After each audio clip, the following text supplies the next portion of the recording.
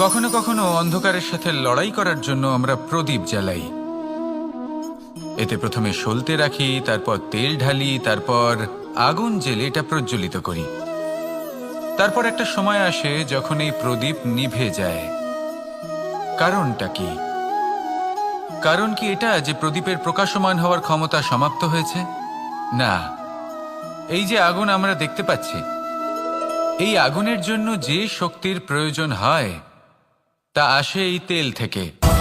যদি এই তেল সমাপ্ত হয়ে যায় তাহলে এই প্রকাশ তাও সমাপ্ত হয়ে যায়। আর আমাদের জীবনে এই তেল হলো আমাদের কর্ম, আর এই আগুন আর এর দ্বারা উৎপন্ন হওয়া প্রকাশ আমাদের ভাগ্য। যত আমাদের কর্ম ক্ষীণ হতে থাকবে, আমাদের ভাগ্য সৌভাগ্য কোথাও না কোথাও লুপ্ত হয়ে যাবে। যে উজ্জ্বল ভবিষ্যৎ আমরা চাইছি তা কখনো লাভ করতে পারবো না যদি কর্ম না করি। ঠিক যেমন তেল ছাড়া অগ্নি উৎপন্ন হয় না, তেমনি কর্ম ছাড়া সৌভাগ্য হয় না। আর যেমন কর্ম তেমন ভাগ্য। তাই সবসময় কর্ম করতে থাকুন, কর্ম করা থামাবেন না।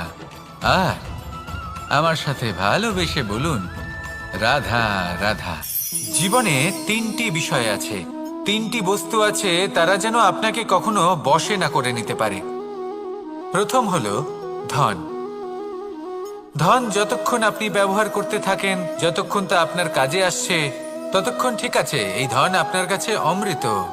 কিন্তু যখন এই ধন আপনাকে ব্যবহার করতে শুরু করে, বুঝে যাবেন যে আপনার পতনের সময় শুরু হয়েছে। দ্বিতীয় বিষয়, ফেলে আসা অতীত। যাই করুন, আপনি অতীত পাল্টাতে পারবেন না, আর এই সত্যিটা আপনিও জানেন।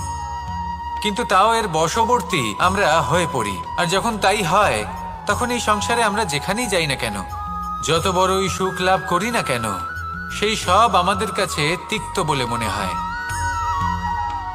তৃতীয় বিষয়, আপনার আশেপাশের মানুষ ভিন্ন ভিন্ন ধরনের মানুষ হয়, যাদের চিন্তা ভাবনা এবং দৃষ্টিভঙ্গি ভিন্ন ভিন্ন প্রকারের। যদি এদের বশবর্তী আপনি হয়ে পড়েন, তাহলে কেউ বলবে এটা করো, এটা ভালো। কেউ বলবে এটা করো না, ওটা করো, ওটা ভালো কাজ। কেউ বলবে এই দুটোই করো না, অন্য কিছু করো। এই কথাগুলিতে আপনি এতটাই জড়িয়ে পড়বেন যে আপনি লক্ষ্যভ্রষ্ট হয়ে পড়বেন।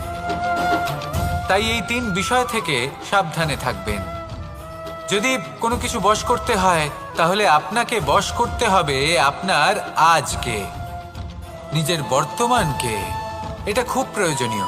এটা ভাববেন যে এই সময়ের সদ্ব্যবহার আমি কিভাবে করব, সময়কে শাসন কিভাবে করব, ওই কর্ম কিভাবে করব যাতে ভবিষ্যতে কখনো আমার আফসোস না হয়, বরং এই সংসার আমাকে নিয়ে গর্ব করবে, সেই কর্ম করুন। আর যখন আপনি এটা শিখে নেবেন, তখন আপনি নিজেই নিজেকে প্রকৃত অর্থে ভাগ্যশালী করে তুলবেন। আসুন আমার সাথে ভালোবেসে বলুন, রাধা রাধা। অনেক সময় আমরা কারোর নীরবতাকে তার দুর্বলতা ভেবে বসি। হতেই পারে সেই ব্যক্তি উত্তর দিতে চাইছেন না, হতে পারে অন্য কোনো কারণ আছে যা আমরা বুঝতেই পারছি না। সেই জন্য তাকে দুর্বল ভেবে নেওয়া অনুচিত। দেখতে গেলে এই বিশাল সমুদ্র এও কিন্তু নীরব, শান্ত হয়। কিন্তু যখন সে রুদ্র মূর্তি ধারণ করে, তখন কি হয়? সমগ্র সংসারকে বিনাশের পথে নিয়ে যায় এই সমুদ্র, প্রলয় সৃষ্টি করে। সেই জন্য কারোর সহ্য শক্তিকে দুর্বলতা বলে মনে করবেন না। কারণ যদি এই নীরবতা নিজেকে ভেঙে বেরিয়ে আসে, তাহলে তা বিনাশের সমস্ত সীমা পার করে যেতে পারে। তাই এই নীরবতাকে সবসময় বুঝুন, সবসময় একে সম্মান করতে শিখুন। আর আমার সাথে ভালোবেসে বলুন, রাধা রাধা।